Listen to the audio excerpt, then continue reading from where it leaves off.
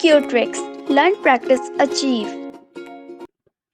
Hello everyone, welcome to Cube Tricks. This is Pranay Mandal and आज हम BC second year के third paper का final जो पार्ट है जो 2016 का वो कंप्लीट करेंगे। ठीक है, तो लेक्चर स्टार्ट करने से पहले बता दूं कि जूलॉजी के कोर्सेज है हमारी वेबसाइट qtix.in पे अवेलेबल है। अगर आप मेरा कोड प्रणय 10 का यूज करते हैं तो जूलॉजी के जितने भी कोर्स है उन सारे के सारे कोर्स पे आपको एक्स्ट्रा 10% का डिस्काउंट मिलेगा।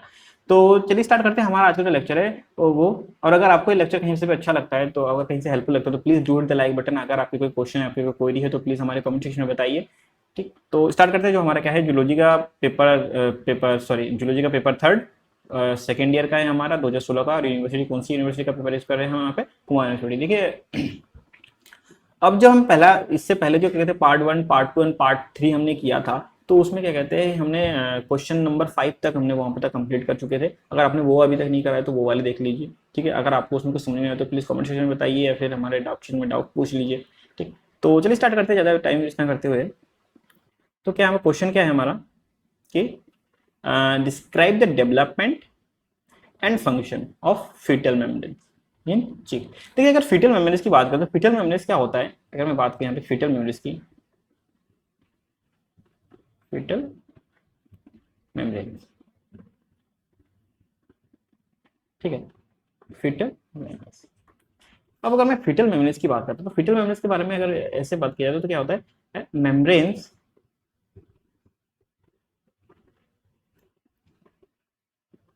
सराउंडिंग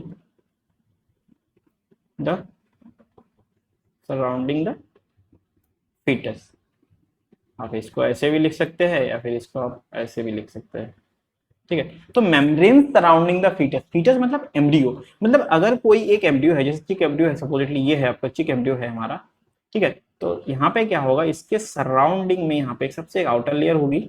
ठीक है, मेम्ब्रेन होगा यहाँ पे आउटर लेयर का। फिर नेक्स्ट क्या होगा, यहाँ पे एक इनर लेयर होगी। ठीक है, ये आ गया आपका।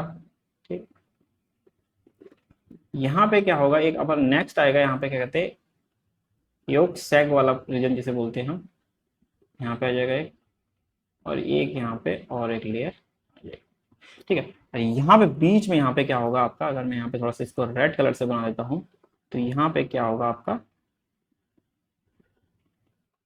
एम्ब्रियो हो जाएगा। ठीक है, अब ये जो एम्ब्रियो है, ठीक है, इस एम्ब्रियो के जो चारों तरफ मेम्ब्रेन्स है इन्हीं को कहते हैं हम फीटल मेम्ब्रेन। ठीक है, तो ये हमारा फीटस हो गया। ठीक है, यहाँ पे सबसे पहले यहाँ पे देखिए, ये तो वाइटल, ये तो सबसे पहले एनवेलप हो गया एक। ठीक, उसके बाद हमारा क्या हो गया, एक फर्स्ट मेम्ब्रेन हो गया, सेकंड हो गया एंड थर्ड हो गया। तो फर्स्ट मेम्ब्रेन को कहते हैं हम कोरियन बोलते हैं generally, but in case of चिक इसे बोलते हैं सेरोसा। ठीक है, उसके बाद यहाँ पे सेकंड मेम्ब्रेन हो गया, क्या हो गया हमारा, allantois.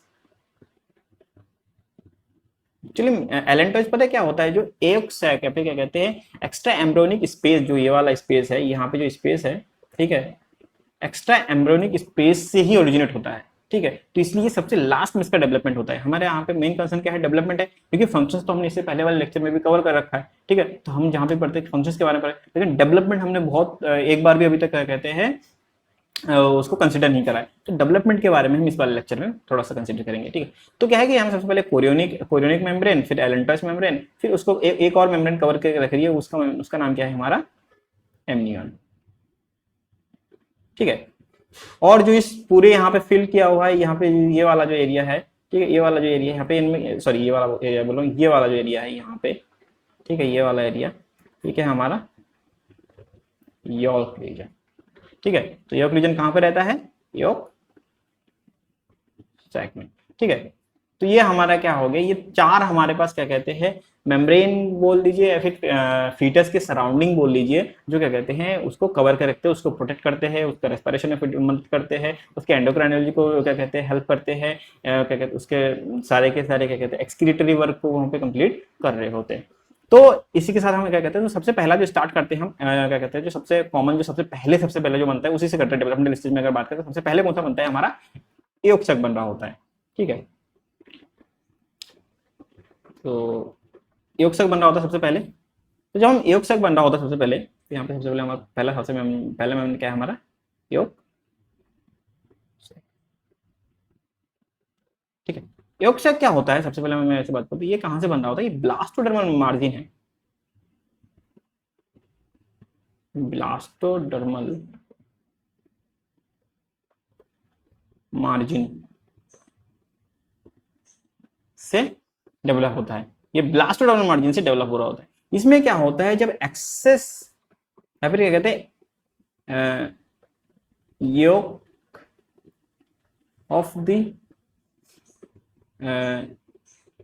embryo surrounding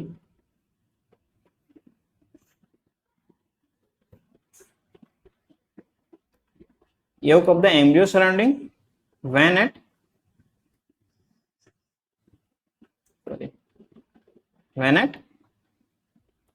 access.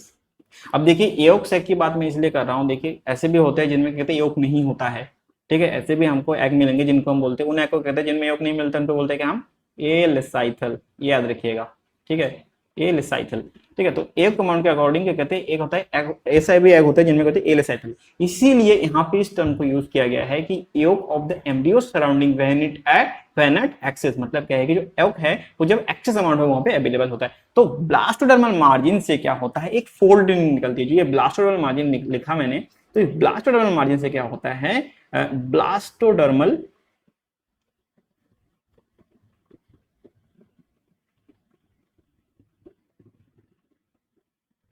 Margin क्या करता है, provides bag like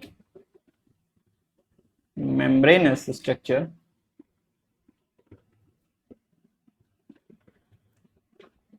around the yolk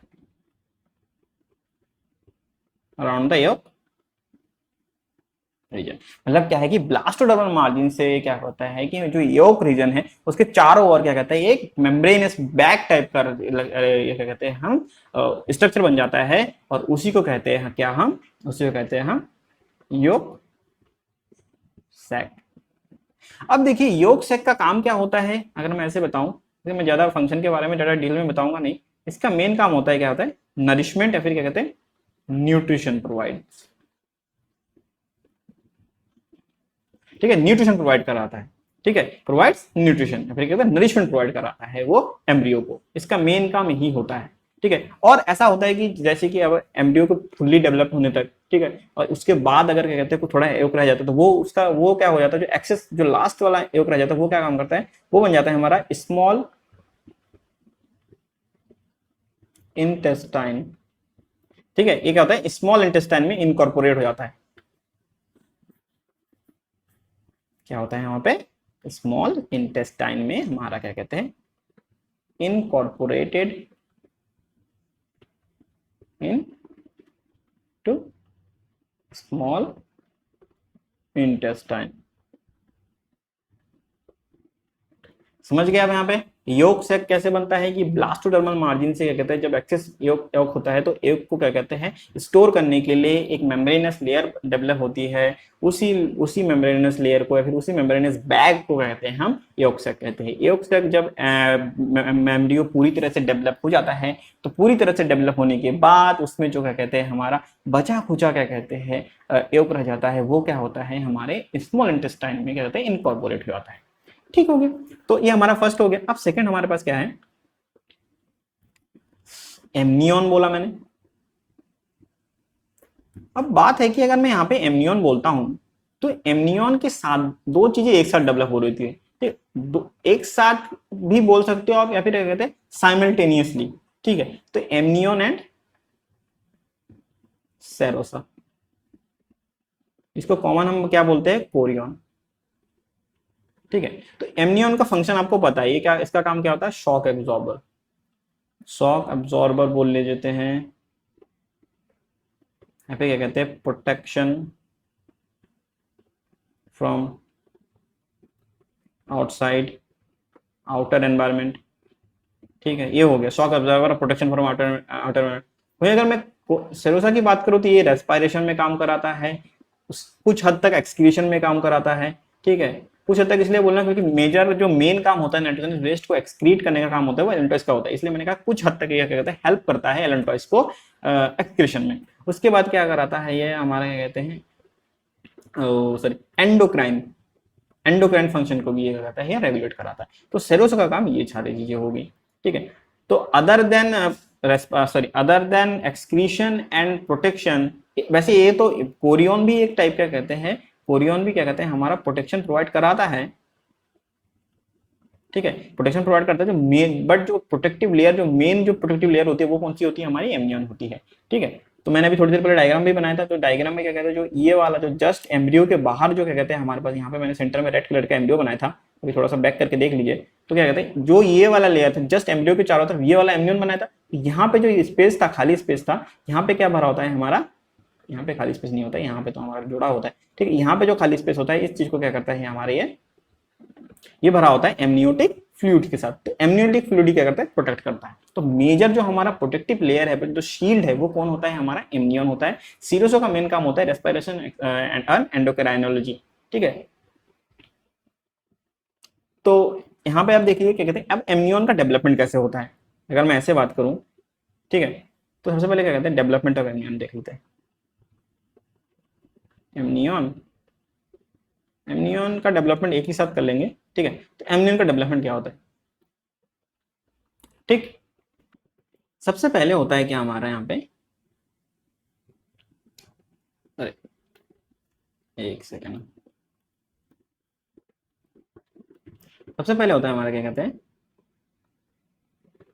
embryo में ग्रोथ होती है, ठीक है। Embryonic growth. देखिए जब एम्ब्रियोनिक ग्रोथ होगी तो ग्रोथ मतलब क्या है वो थोड़ा सा बड़ा बड़ा होगा। तो जब बड़ा होगा तो क्या होगा इसके वेट में इंक्रीज होगा, ठीक है। तो जब वेट में इंक्रीज होता है तो क्या आता है कि एम्ब्रियो sinks into सॉफ्ट योग, ठीक है। तो एम्ब्रियो क्या करता है सॉफ्ट योग वाला पोर्शन है उसके अंदर क्या करता है सिंक हो जाता है। अब जब ये सॉफ्ट योग के अंदर सिंक हो जाता है, ठीक है, सॉरी सॉफ्ट योग के अंदर सिंक होता है, तो इसके आप देखिए मैं एक चिक एम्ब्रियो की बात करें तो चिक एम्ब्रियो में क्या कहता है उसका जो ब्लास्टुला होता है वो क्या होता है हमारा ब्लास्टोडिस्क होता है, ठीक है। जो ब्लास्टोडिस्क बन रहा होता है तो वो क्या होता है एम्ब्रियो के ऊपर इस टाइम पे भी एलिवेटेड रहते हैं, ठीक है। तो क्या हुआ अब इसके बाद क्या क्या होगा हमारा कि ब्लास्टोडिस्क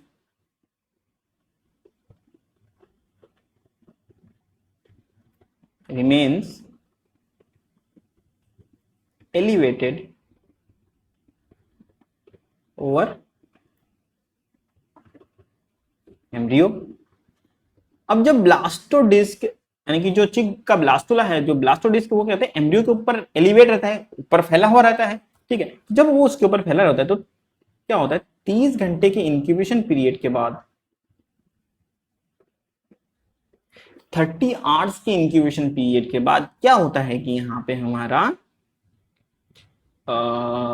अच्छा ठीक हेड जो होता है हेड ऑफ एम्ब्रियो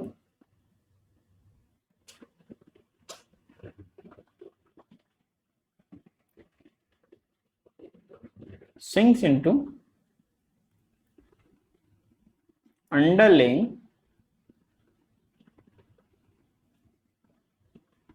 योग, ठीक है। तो अब जब क्या कहते हैं 30 घंटे की इंक्यूबेशन पीरियड के बाद जब ब्लास्टोडिस्क ऊपर एलिवेटेड रहता है एम्ब्रियो के ऊपर तो क्या कहते हैं जो एम्ब्रियो का हेड है वो क्या करता है वो योग के अंदर अपने आप को क्या कहता है पुश करता है सिंक करता है। जब अपने आप को पुश करता है देखिए आप कुछ ऐसे समझ लीजिए कि जब यहाँ पे अपने आप को पुश करता है जो एम्ब्रियो का हेड है वो ब्लास्टोडिस्क के ऊपर पुश कर रहा है तो क्या कहते हैं ये दोनों तरफ से क्या होता है ऐसे फोल्ड हो जाता है, फोल्ड टाइप का स्ट्रक्चर आता है।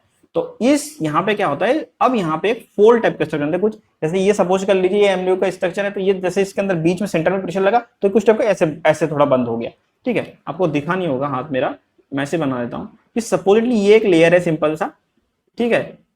ऐसा तो नहीं होता है लेयर बट सपोज के लिए ऐसा लेयर है। जब इसके सेंटर में यहाँ पे प्रेशर पड़ा, ठीक है, तो क्या हुआ दोनों साइड जो है ये दोनों साइड इधर इधर क्या होते हैं फोल्ड होने लगे, ठीक है। तो जब ऐसे फोल्ड होते हैं तो क्या कहते हैं, इसको एक रैप करने लगते हैं और इसी फोल्ड को कहते हैं हम ब्लास्टोडर्मिक फोल्ड। ठीक है। और ब्लास्टोडर्मिक फोल्ड को कहा जाता है एमनियोटिक फोल्ड। ठीक है। अब जब ब्लास्टोडर्मिक फोल्ड बन जाता है हमारा, यहां तक आप समझ गए कि ब्लास्टोडर्मिक फोल्ड कहां तक बनता है। ठीक है। अब क्या कहते हैं, हम ब्लास्टोडर्मिक फोल्ड से स्टार्ट करते हैं। तो कहते हैं जो हमारा एमनियोटिक फोल्ड है,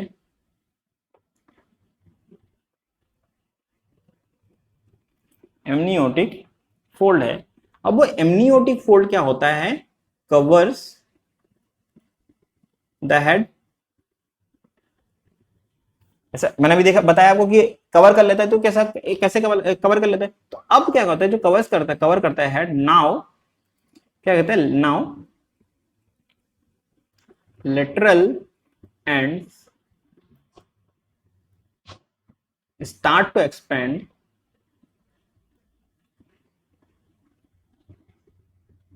ठीक है। Now lateral end start to expand and fuses together. ठीक है। तो क्या कहते हैं, अब जो लेटरल एंड है, जब यहाँ पे जैसे क्या कहते हैं, मैंने भी यहाँ पे पहले बताया था, जो ये लेयर है यहाँ पे साइड में जो लेयर है, ठीक है, ये हमारा हेड का प्रेशर इस जगह पर एरिया हो गया। ठीक है। तो जब ये यहाँ पे क्या कहते हैं, इसके ऊपर यहाँ पे क्या कहते हैं प्रेशर होता है, जहाँ पे यहाँ पे क्या कहते हैं ये फोल्ड बढ़ता है, तो जब लेटरल एंड बचे होते हैं वो भी अब इसको तो पूरी तरह से क्या कर लेते हैं, कवर करने लगते हैं और एक लेयर बन जाती है। अब नाउ 48 आवर्स के इंक्यूबेशन पीरियड के बाद क्या कहते हैं, एक लेयर तो हमारी बन गई यहाँ पे। ठीक है। अब क्या होता है, 48 आवर्स के इंक्यूबेशन पीरियड के बाद क्या होता है, जो टेल बर्ड है, फिर क्या कहते हैं हम, हमारा ये जो हमारा कहते हैं लेयर बन जाती है। अब क्या कहते हैं, नाउ अनदर फोल्ड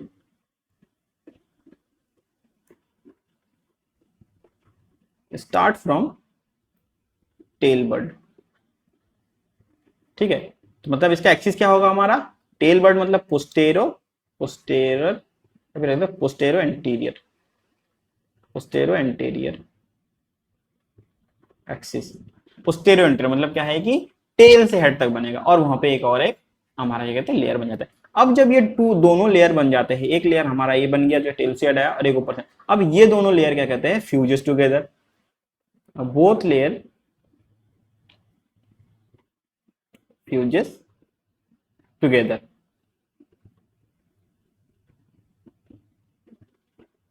ठीक है। और इस फ्यूजन को या फिर इस कनेक्शन को क्या कहते हैं, इन दोनों लेयर के कनेक्शन को कहते हैं हम क्या, sero amniotic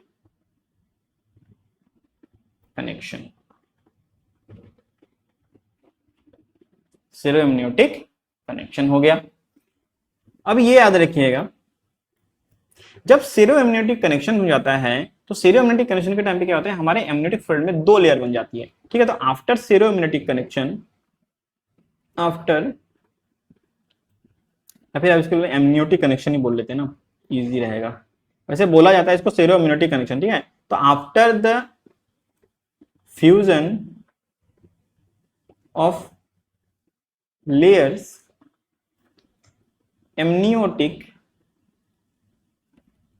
fold has how many layers, 2 layers।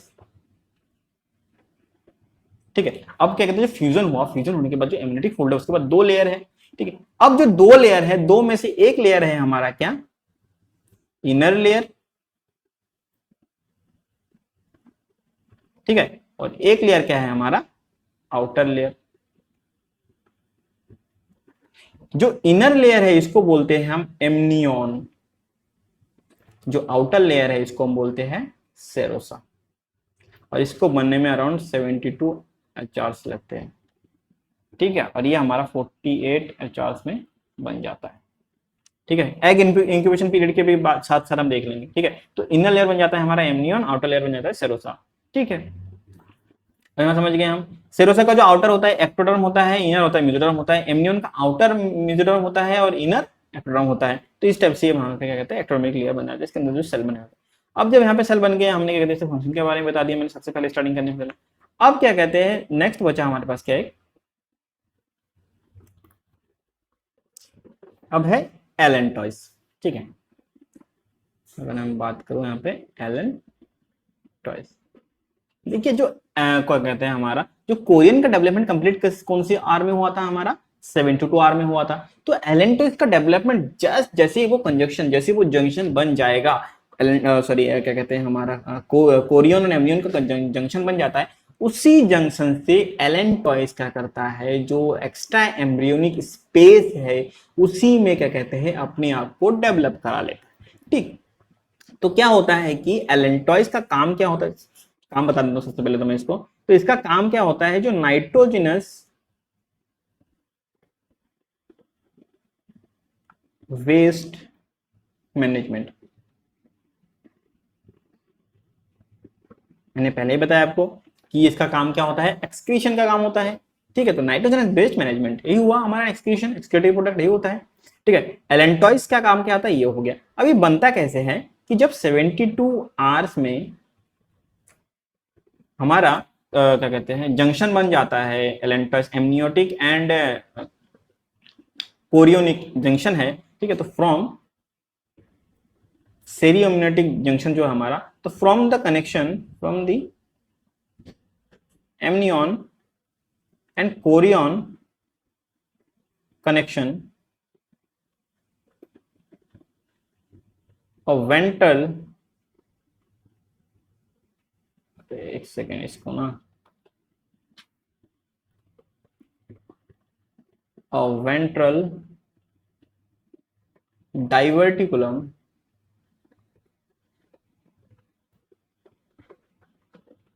develops from the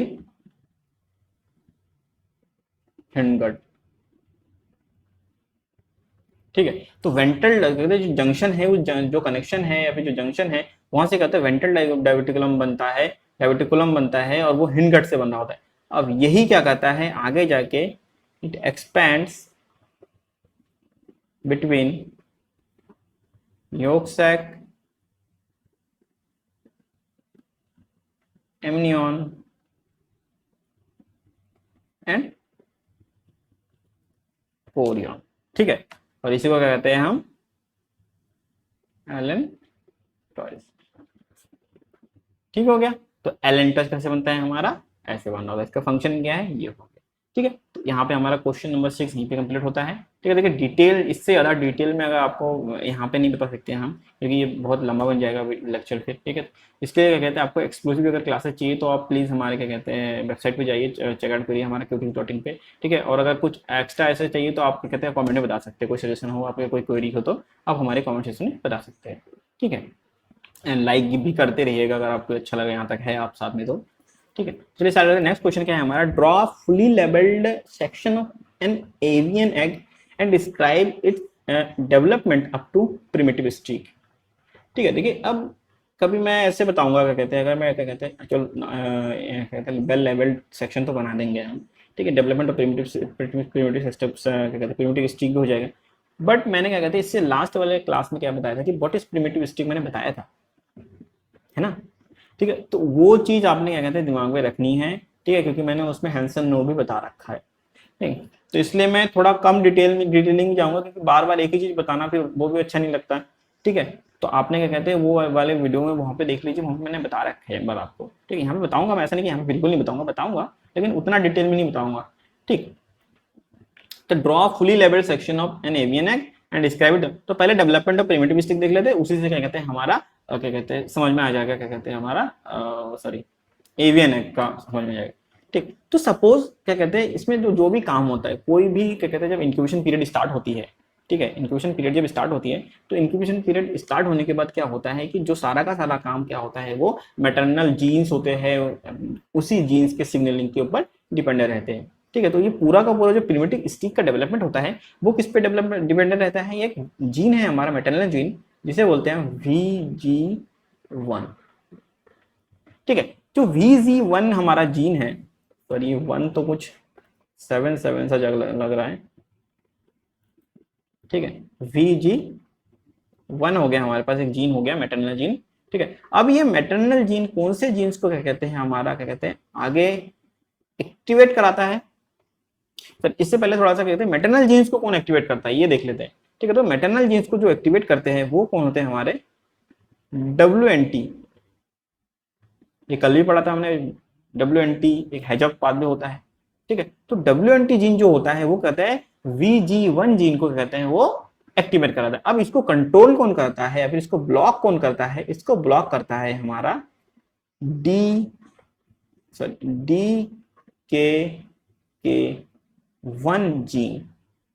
ठीक है, तो ये जीन WNT को ब्लॉक कराता है, वो क्या कहता है VG1 को एक्टिवेट, WNT VG1 को एक्टिवेट कराता है। तो under normal circumstances WNT VG1 को एक्टिवेट कराएगा। VG1 क्या करेगा, नोडल जीन्स को एक्टिवेट करेगा। ठीक है, और ये नोडल जीन क्या करेगा, प्रिमिटिव स्टिक के डेवलपमेंट को, प्रिमिटिव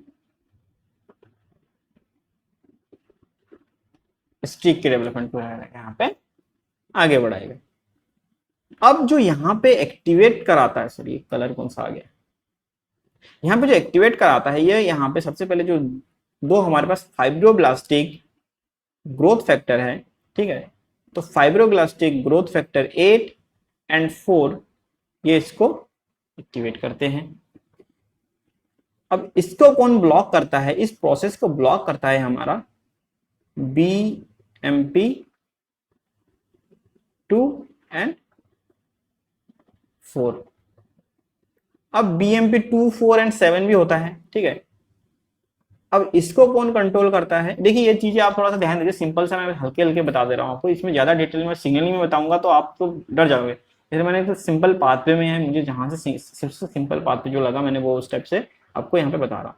ठीक है, तो क्या है कि BMP2 4 है यहाँ पे, वो कहता है इसको ब्लॉक करता है, और यहाँ पे जो इसको ब्लॉक करता है ये क्या होता है हमारा कॉर्डिन।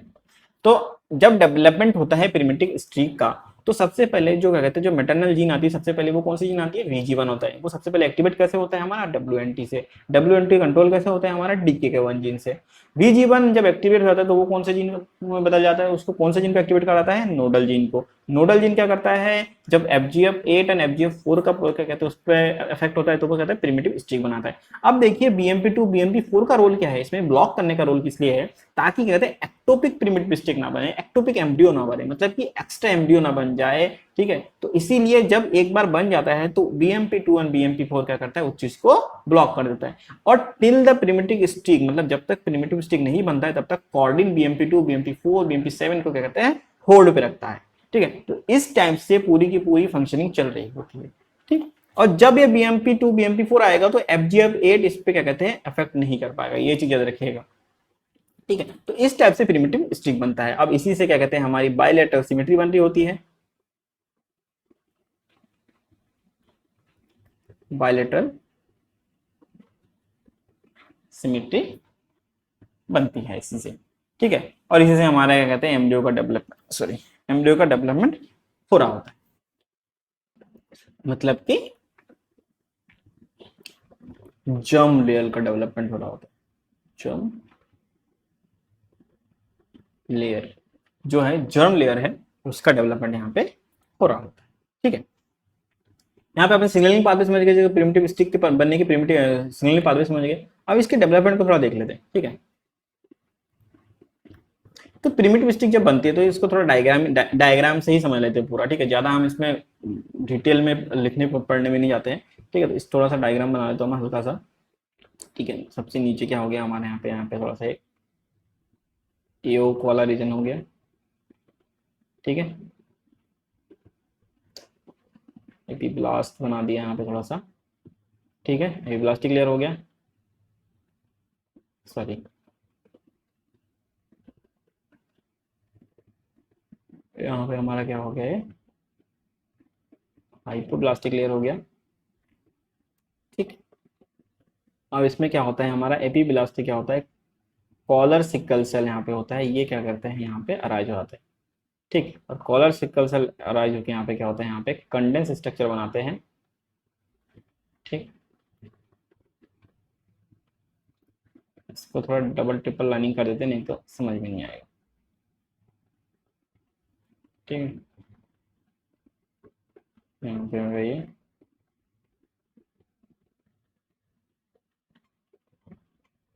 ये हो गया हमारा क्या कहते हैं, सॉरी,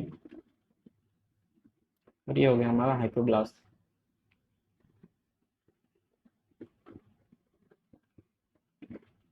ये हो गया हमारा हाइपोब्लास्ट।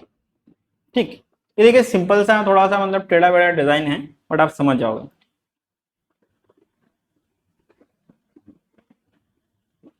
ये तो इसको ना कलर चेंज करके इससे लेते हैं। ठीक है, तो जो सबसे नीचे वाला लेयर है, यहाँ पे सबसे नीचे वाला लेयर, ये कौन सा लेयर है, ये वाला लेयर, सॉरी सबसे ऊपर वाला लेयर है, कौन सा लेयर हो गया हमारा, दिख रहा है आपको, ये हो गया आपका एपिब्लास्ट।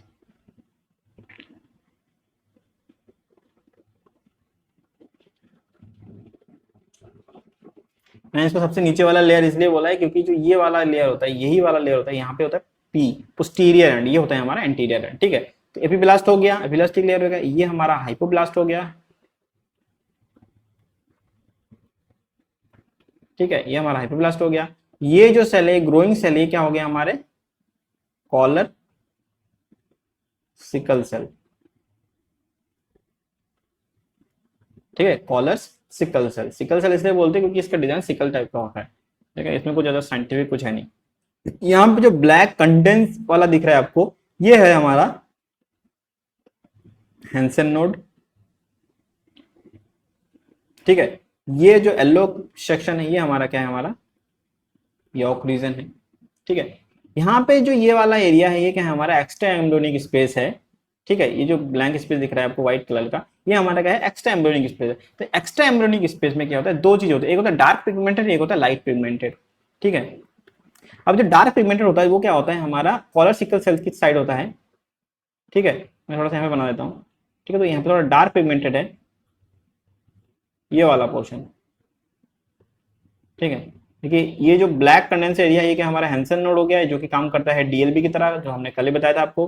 ठीक है, अब यहाँ पे जो एरिया है नीचे वाला, सॉरी जो ऊपर क्या कहते हैं, आपको जो डार्क एरिया दिख रहा है, डार्क पिगमेंटेड एरिया, इसे क्या कहते हैं हम, एरिया ओपेका। ठीक है, मतलब क्या है, dark pigmented.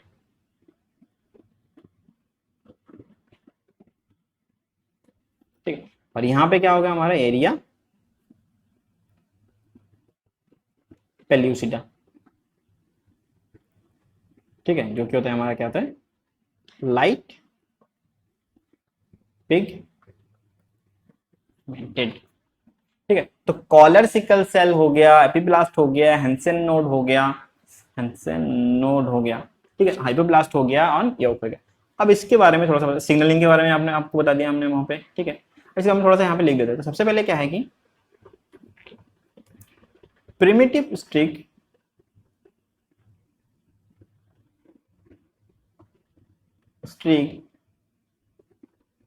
arises from epiblast cells, the cell which give rise to, देखिए the cell which give rise to primitive streak PS, ठीक है, are known as, फिर are called collar sickle cell. ठीक है, कॉलर किसी का नाम है, ठीक है, याद रखना। ठीक है, collar sickle cell. Hensen node क्या करता है हमारा, हैंसन नोड ये क्या होता है हमारा प्राइमरी ऑर्गेनाइजर। अब मैंने कल ही बता रखा है, एकदम कल ही के क्लास में पढ़ा रखा है, तो इसके बारे में हमारा कोई कहता है अभी मैं ज्यादा इसमें डिटेल में नहीं जाऊंगा, नहीं तो ये क्लास हमारी लंबी हो जाएगी। तो इसमें हैंसन नोड कहते हैं प्राइमरी ऑर्गेनाइजर, मतलब कहते हैं न्यूरल प्लेट के डेवलपमेंट में काम आ रहा होता है यहाँ पे। ठीक है, ये तो नर्वस सिस्टम यहाँ पे बना रखा है। अब जो यहाँ पे जो ये सेल अंदर को आते हैं, ये जो प्रोसेस होता है एपिब्लास्ट, जो सेल अंदर को आते हैं, जो कॉलर सिकल सेल्स होते हैं, वो सेल अंदर को आते हैं, वो प्रोसेस कौन सी होती है, वो होता है हमारा इंग्रेशन के थ्रू। इंग्रेशन की प्रोसेस होती है, आपने सुना होगा इंग्रेशन, इन्वोल्यूशन, इन्वेजिनेशन, एपिबोली, एम्बोली, ये चीजें सुनी होगी ना, तो उन्हीं में से एक स्टेप आता है हमारा इंग्रेशन। ठीक है, तो इंग्रेशन के थ्रू क्या होता है, हमारे कॉलर सिकल सेल अंदर की तरफ क्या कहते हैं, मुड़ते हैं, अंदर की तरफ आते हैं। अब जो क्या कहते हैं, जो मूव कर रहे होते हैं, जो सेल क्या कहते हैं आपके मूव कर रहे होते हैं, वो क्या बनाते हैं हमारे कहते हैं जो the those cells which are which are moving बोल लेते हैं, या फिर इसको बोलते हैं which are ingressing ना, थोड़ा सा साइंटिफिक लगेगा, क्यों? which are ingressing, ठीक है, which are ingressing मतलब कि जो इंग्रेशन शो कर रहे हैं वो क्या होते हैं? those cells which are ingressing are become endoderm and mesoderm, while remaining cell become, क्या बनता है? while remaining cell become हमारा एक्टोडर्म, ठीक। तो क्या कह रहे हैं कि दो cell which are ingressing are become endoderm and mesoderm, मतलब जो ये कॉलर सिकल सेल के जो सेल्स है जो अंदर जा रहे हैं, ये कॉलर सिकल सेल का पूरा ये रोड क्या है हमारा, क्या कहते हैं इसको हम, एंडोडर्म एंड मेसोडर्म बोलेगा। अब जो ये कॉलर सिकल सेल का ये रेड कलर का पोर्शन दिख रहा है, अब हमने देखे थे, मैंने पहले से बताया कि प्रिमिटिव स्टिक के बारे में तो मैंने यहाँ पे कहीं भी नहीं लिखा। तो जो प्रिमिटिव स्टिक का रीजन कौन सा होगा? प्रिमिटिव स्टिक ये जो स्टिक है यहाँ से लेके यहाँ तक का रीजन है, ये मैंने ब्लैक कलर का यहाँ पे थोड़ा सा आपको दिख रहा होगा, तो इसको कहते हैं हम प्रिमिटिव स्ट्रिक, प्रिमिटिव स्ट्रिक, ठीक है। तो ये हो गया हमारा प्रिमिटिव स्ट्रिक का क्या कहते हैं एक सिंपल सा डायग्राम भी देख लिया कि जो सेक्शन हो गया एवियन नेक का सेक्शन में भी बता दिया आपको। तो ये पूरे के पूरी जो डायग्राम है इसको क्या कहते हैं हम, ये जो पूरा का पूरा यहाँ पे क्या कहते हैं लेवल सेक्शन है और फिगर है, ये क्या हुआ हमारा ब्लास्टोडर्म हुआ, ठीक है। तो इसको हम पूरी तरीके से क्या बोलेंगे हम, यहाँ से यहाँ तक क्या है हमारा ब्लास्टोडर्म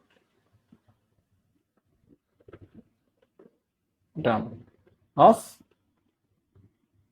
चिक, ठीक है। चिक ब्लास्टोडर्म ऐसा होता है, ठीक। तो यहाँ पे हमारा क्या कहते हैं ये वाला क्वेश्चन भी यहीं पे कंप्लीट होता है।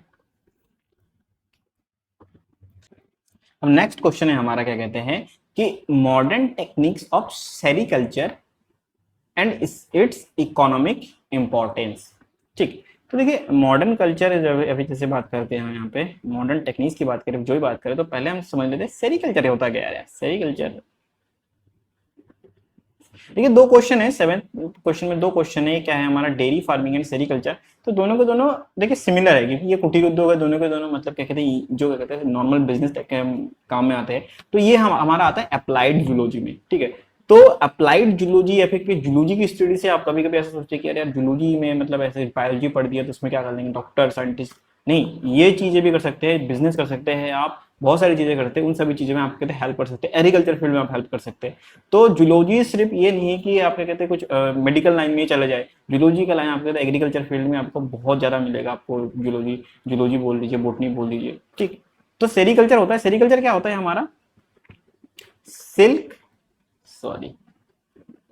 प्रोडक्शन से रिलेटेड होता है, ठीक है। सिल्क प्रोडक्शन होता है और सिल्क प्रोडक्शन कैसे होता है by the silk worm cultivation. Now अगर मैं सिल्क वर्म कल्टीवेशन की बात करूं मतलब क्या है कि मैं बात कर रहा हूं सेरिकल्चर की, ठीक है। सिल्क प्रोडक्शन, हम सिल्क प्रोड्यूस कर रहे हैं। अब सिल्क प्रोड्यूस कैसे कर रहे होते हैं, तो सिल्क प्रोड्यूस करने के लिए हमारे पास क्या कहते हैं जो सिल्क वर्म होता है, सिल्क वर्म क्या होता है, ये larva of, it is a larva of, it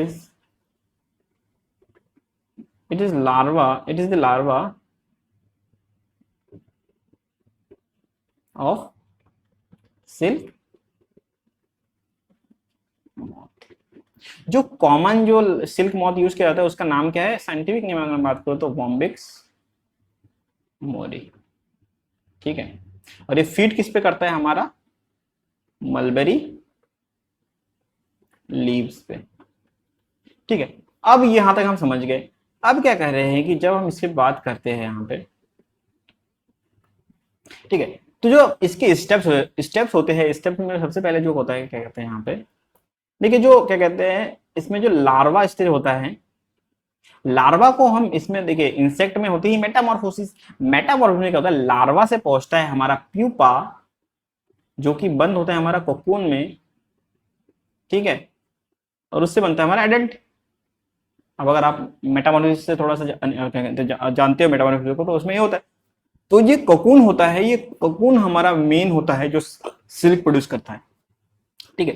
तो जो इसमें स्टेप्स होते हैं, सबसे पहला स्टेप होता है कि इसमें मोरिकल्चर, यानी कि कल्टीवेशन ऑफ मलबेरी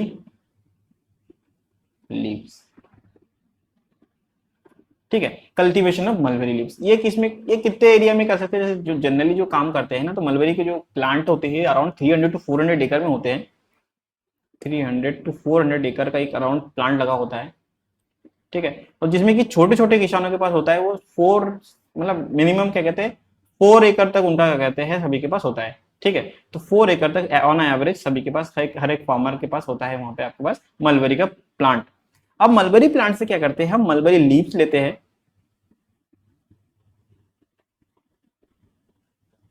ठीक है। मलबेरी लीव्स को क्या करते हैं, फीड कराते हैं मलबेरी लीव्स, क्योंकि हमारा फीडिंग के लिए अभी एज ए फूड होता है, ठीक। अब मोरिकल्चर में क्या होता है, मेन काम हमारा होता है मलबेरी लीव्स का प्रोडक्शन होता है।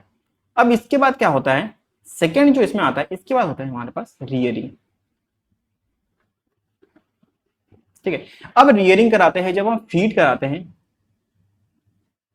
Feeding mulberry leaves.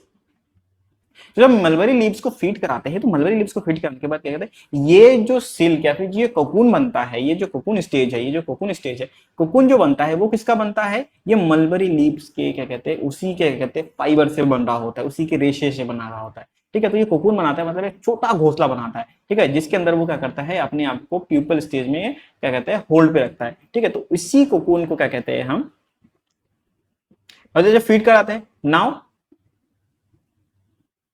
cocoon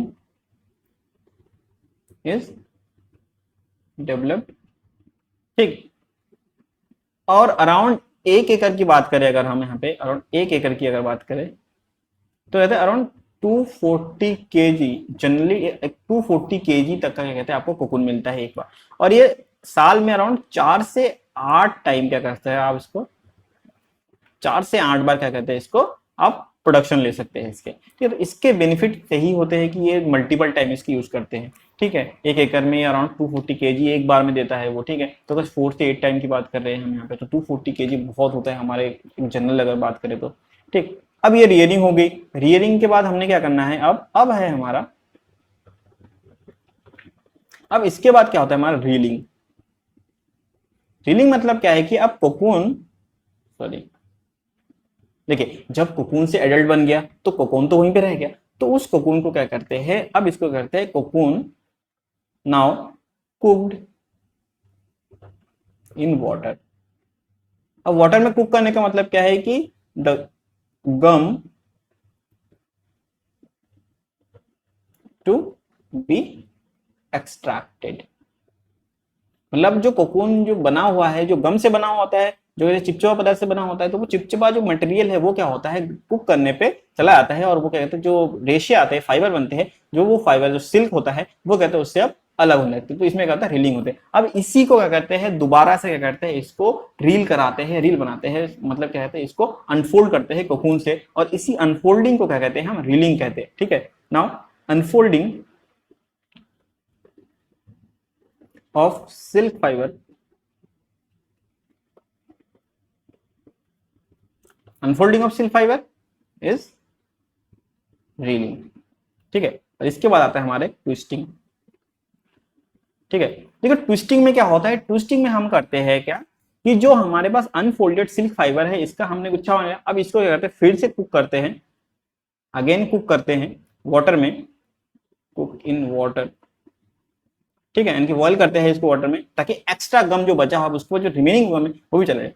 और फिर इसको क्या करते हैं हम फिर से ब्लीच करते हैं, सॉरी पहले ब्लीच नहीं करते हैं, डाई करते हैं, देन ब्लीच करते हैं, एंड देन उसको फिर से क्या करते हैं, उसको रील या फिर क्या कहते हैं उसको बीविंग के लिए छोड़ देते हैं। मतलब कि अब इससे क्या कहते हैं कपड़ा बनने के लिए वो रेडी हो जाता है। तो ये होता है हमारा सेरीकल्चर। मतलब एट द टाइम हम मोरिकल्चर से लेके मतलब प्लांट से लेके कोकून को से लेके उसके कहते हैं बीविंग तक उसको क्या कहते हैं कैसे पहुंचाते हैं। ठीक, अब इसकी इकोनॉमिक इंपॉर्टेंस के बारे में बात करें, सबसे पहला क्या है कि ये सबसे पहली बात क्या है कि इको फ्रेंडली होता है। ठीक है, लो लैंड होल्डर पे भी हो सकता है, लो लैंड होल्डर मतलब जिसके पास कम जमीन है वो भी कर सकता है। सेकंड क्या है कि ये होता है, ये provides economic support to rural areas. ठीक है, रूरल एरिया में क्या कहते हैं, इसको कहते हैं इकोनॉमिक सपोर्ट प्रोवाइड कराता है। ठीक है, एंड इससे क्या होता है कि जो कहते हैं हमारे पास इंप्लॉयमेंट ही, देखिए ma'am provides economic economic support provide करता है, कैसे कराता है, कैसे करता है, कहते हैं इंप्लॉयमेंट, कहते हैं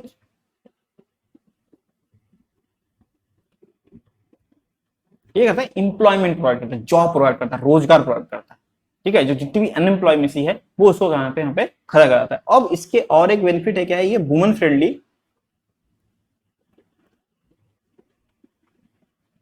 ऑक्यूपेशन है। ठीक है, तो अब यहां तक समझ गए कि जो हमारा सेरिकल्चर है वो इन फील्ड में कहते हैं थोड़ा सा आपको हेल्प करता है। इकोनॉमिक इंपॉर्टेंस समझ के, इको फ्रेंडली होता है, लो लैंड होल्डर पे विकास होता है, provides economic support to the rural area, employment provide करता है, जिसके कहते हैं अगर गांव का विकास होता है। देखिए इंडिया का अराउंड 70% एरिया क्या होता है हमारा, रूरल एरिया है। ठीक है, तो अगर क्या कहते हैं हम बात करें विलेज का विकास होता है, अगर 70% एरिया का विकास हो रहा है, 70% एरिया का डेवलपमेंट हो रहा है अप्लाइड जियोलॉजी के तहत, तो मतलब पूरे के पूरे देश का विकास हो रहा है। एक तरह से ऐसे समझ लीजिए ना, अगर 30% is urban area and 70% is rural area, then if the rural area is developing और वहां पे डेवलपमेंट हो रही है, तो क्या कहते हैं पूरे देश में उसका इफेक्ट मिलेगा, है ना। तो इसीलिए क्या कहते हैं ये जो इस टाइप की जो कल्चर है, जैसे सेरीकल्चर हो गया, एपीकल्चर हो गया, डेयरी फार्मिंग हो गई, ठीक है, फिर कहते हैं पोल्ट्री फार्मिंग हो गई, तो ये सारी की सारी जो कहते हैं अप्लाइड जियोलॉजी के टेक्निक्स है, ये अप्लाइड जियोलॉजी इसमें क्या कहते हैं जो कंट्री को, एक नेशन को क्या कहते हैं लोअर से क्या कहते हैं, एक लोअर से क्या कहते हैं थोड़ा सा स्टैंडर्ड लेवल तक पहुंचाने का काम कर सकते हैं, हेल्प कर सकते हैं। ठीक है, तो यहाँ पे कहते हैं सेरीकल्चर यहाँ पे कंप्लीट होता है। अब डेयरी फार्मिंग क्या कहते हैं, डेयरी फार्मिंग सिंपल सा है कैटल। आपको डेयरी मतलब क्या है कि दूध से रिलेटेड जो मिल्क प्रोडक्शन है। ठीक है, तो हमें यहाँ पे क्या है डेयरी फार्मिंग। देखिए इसमें मैं ज्यादा कुछ बताऊंगा नहीं, क्योंकि डेयरी फार्मिंग बताने जैसा कुछ है नहीं। आपको इसमें कहते हैं ऐसे लिखना है, डेयरी फार्मिंग कहते हैं इसमें काउस जो होते हैं मतलब कैटल, जो इसमें जो मेन वो क्या होता है हमारे पास कैटल। ठीक है, जो कैटल कैटल चाहिए होते हैं हमके। ठीक है, और ये क्या करते हैं मिल्क प्रोडक्शन करते हैं। तो मतलब डेयरी फार्मिंग क्या है, production of milk and milk related products. अब मिल्क रिलेटेड प्रोडक्ट्स के मतलब ये नहीं कि चले जाना आप क्या कहते हैं बर्फी मिठाई की दुकान में बर्फी बनाने चले गए, रसगुल्ले बनाने चले गए, नहीं। मिल्क का प्रोडक्ट मतलब क्या है कि दही होगी, मट्ठा हो गया, ठीक है, लस्सी हो गई। तो इन सब चीजों के लिए भी क्या कहते हैं डेयरी जो होता है वो मेन रोल निभाता है। तो मतलब जो डायरेक्ट मिल्क से कनेक्टेड है उन्हीं सारे के सारे चीजों का प्रोडक्शन डेयरी फार्मिंग के थ्रू होता है। जो मेजर जो होता है वो तो हमारा मिल्क प्रोडक्शन ही हुआ, बट मिल्क प्रोडक्शन के साथ साथ क्या कहते हैं हम बहुत सारी चीजें उसके अलावा भी हम यहाँ पे क्या कहते हैं प्रोड्यूस करा रहे होते हैं। उसी से क्या कहते हैं हम अपना कमर्शियल यूज कर रहे होते हैं, उसका कहते हैं इकोनॉमिक सपोर्ट मिल रहा होता है हमको। तो सेम सेरीकल्चर की तरह ही है, कैटल होता है, बफलो हो गया, तो इन सब चीजों क्या कहते हैं हम डेयरी फार्मिंग कर रहे होते हैं। अब मैनेजमेंट की बात करें, इंडिया में मैनेजमेंट की बात करें, तो देखिए इंडिया में मैंने अभी थोड़ी देर पहले बताया कि 70% ऑफ एरिया, 70% इंडियन जो है वो सॉरी वो क्या है विलेज एरिया है हमारा 70%। ठीक है, आज भी देखिए आज क्या कहते हैं आप कहाँ के आप क्या कहते हैं अगर आप किसी शहर में बड़े शहर में लाइक दिल्ली बॉम्बे टाइप के शहर में हो, बेंगलोर टाइप के शहर में हो आप, ठीक है, तो आप वहाँ पे देखो क्या कहते हैं कि कितनी डेवलपमेंट है। वहीं यार अगर आप क्या कहते हैं उत्तर प्रदेश में आ जाते हो, उत्तर प्रदेश में बहुत सारे, मध्य प्रदेश में है इतने सारे गाँव, ठीक है, महाराष्ट्र में इतने सारे गाँव है, ऐसे छोटे छोटे रूरल गाँव जहाँ पे ऐसी भी जगह है क्या कहते हैं हमारे यहाँ पे यूपी में क्या कहते हैं एक मुरादाबाद साइड में कहीं पे जगह है जहाँ पे आज की डेट में भी अभी सोचिए 2022 चल रही है, वहां पे भी कहते हैं वहां पे अभी तक इलेक्ट्रिसिटी नहीं है वहां पे। ठीक, तो आप इन सब एरिया के डेवलपमेंट के लिए क्या कहते हैं इन सब एरिया में जो डेवलपमेंट होगा वो कैसे होगा, इन्हीं सब छोटे छोटे जो फार्मिंग है लाइक सेरीकल्चर हो गया, एपीकल्चर हो गया, डेयरी फार्मिंग हो गया, पोल्ट्री फार्मिंग हो गया, है ना, फिर क्या कहते हैं हमारे में एक्वाकल्चर हो गया। एक्वाकल्चर मतलब क्या है फिश वाले में। ठीक, तो इन सब चीजों से क्या होता है कि इन्हीं सब छोटी छोटी जगहों का क्या होता है डेवलपमेंट होगा। ठीक है, तो तो डेयरी फार्मिंग में अगर आप कहते हैं अगर आप ऐसे लिखना आता तो ऐसे लिखने का कुछ समझाने ऐसे में समझाने जैसा कुछ नहीं है, ठीक है। तो डेयरी फार्मिंग क्या होता है कि जिसमें हम क्या कहते हैं कैटल अफ्रीका के काउज और बुफलोज के कहते हैं मिल्क के प्रोड्यूस, मिल्क से रिलेटेड प्रोडक्ट का यूज कर रहे होते हैं। अब अगर मैं इसके मैनेजमेंट की बात करूं तो सबसे पहले जो मैनेजमेंट होता है, मैं ऐसे बता देता हूं कि अगर आप डेयरी फार्मिंग खोलना चाहते हैं, अगर आपको डेयरी फार्मिंग स्टार्ट करनी है तो आपको उसमें क्या क्या मेन चीजें चाहिए। तो सबसे पहले क्या है हमारा बेटर ब्रीड ऑफ कैटल। अब बेटर ब्रीड का मतलब क्या है कि जो डिजीज फ्री हो, हाई यील्ड एंड हाई, क्योंकि अल्टीमेटली तो हमारा मेन जो अल्टीमेट गोल है वो क्या है, मिल्क प्रोडक्शन। अगर वो हाई नहीं होगा, अगर वो छोटा 2-3 लीटर दूध दे रहा है तो उसका काम क्या करोगे आप, वो खाद जम के रहा है, वो दूध दे रहा है 2-3 लीटर, तो उसका कुछ छोड़ना यूज होगा। तो अगर आपका क्या कहते हैं, वो कहते हैं हाई यील्ड है, देखिए हाई यील्ड होगा तो हाई कंजप्शन भी होगा, बट अगर हाई यील्ड मिल रहा है, आपको अच्छा बेनिफिट मिल रहा है, तो ऑब्वियस सी बात है उसकी केयर करोगे ना। तो डिजीज फ्री हो, तो मतलब ऐसे ब्रीड ढूंढते हैं आप, जैसे कि सिंधी है, साहिवाल है, ठीक है, जो नॉर्मली हमारे यहाँ पे चलते हैं, सिंधी साहिवाल वाले हो गए, ठीक है। तो ये सारे के सारे क्या कहते हैं हमारे डेयरी फार्मिंग में हम इनको यूज कर रहे होते हैं, ठीक है। तो बेटर ब्रीड ऑफ कैटल देखते हैं, डिजीज फ्री हो, हाई यील्ड हो, ठीक है। देन क्या है कि इनका जो ट्रांसपोर्ट है,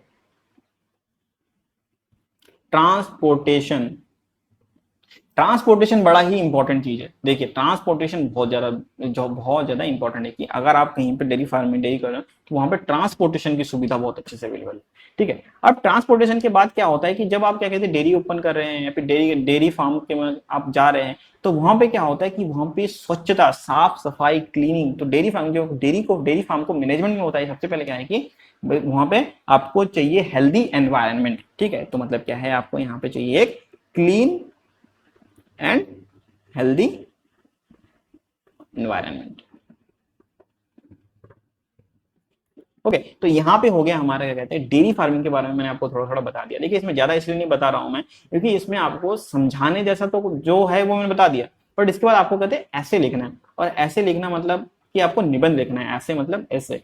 तो वो निबंध तो मैं लिखवा नहीं सकता यहाँ पे, ठीक है। तो मैंने बता दिया आपको, उसी को थोड़ा समझ लीजिए, ठीक है। बाकी डेयरी फार्मिंग के बारे में मैंने आपको पूरा बता दिया है। अगर आपको कहते हैं उसके बारे में ज्यादा डिटेल में चाहिए, अगर आपको सच में ऐसे लिखना ही है, तो मैंने क्लास में बता रखा है कि क्लास की वीडियो आ रही है हमारी, अभी तो आई नहीं है हमारी डेयरी फार्मिंग की वीडियो, बट फिर भी जब लेक्चर आएगा डेयरी फार्मिंग को तो हम उसमें पूरा का पूरा इसमें डिटेल लेक्चर आपको पूरा का पूरा बताएंगे। तो उसमें आपको प्रॉपर क्या कहते हैं पूरा 1-1.5 घंटा आपको खाली डेयरी फार्मिंग के लिए ही मैं एक क्लास रख दूंगा। ओके, तो तब तक के लिए चलिए यहाँ पे हमारा क्या कहते हैं ये वाला जो पेपर है यहाँ पे खत्म होता है, ठीक है। तो अगर आपको ये पेपर अच्छा लगा तो ये लेक्चर अच्छा लगा है तो please do hit the like button. आप लाइक नहीं करते, आप कमेंट करिए हमारे वीडियो को, आपको जो उसमें क्वेश्चन है, जो आपको क्वेरी है, जो आपके सजेशन है, आप हमारे कमेंट सेक्शन में हमें बताइए हमको, ठीक है। तो चलिए इसी के साथ हम ये वाला क्या कहते हैं लेक्चर खत्म करते हैं, ठीक। तो और अगर कहते हैं जूलॉजी के कोर्सेज आपको क्या कहते हैं ज्वाइन करनी है तो हमारी वेबसाइट क्यूटिक्स पे अवेलेबल है, क्यूटिक्स.in पे जाइए और मेरा कोड प्रणय10 का यूज करिए। जूलॉजी के जितने भी कोर्स हैं उन सारे के सारे कोर्सेज पे आपको एक एक्स्ट्रा 10% का डिस्काउंट मिल जाएगा। तो चलिए तब तक के लिए स्वस्थ रहिए, मस्त रहिए, टाटा।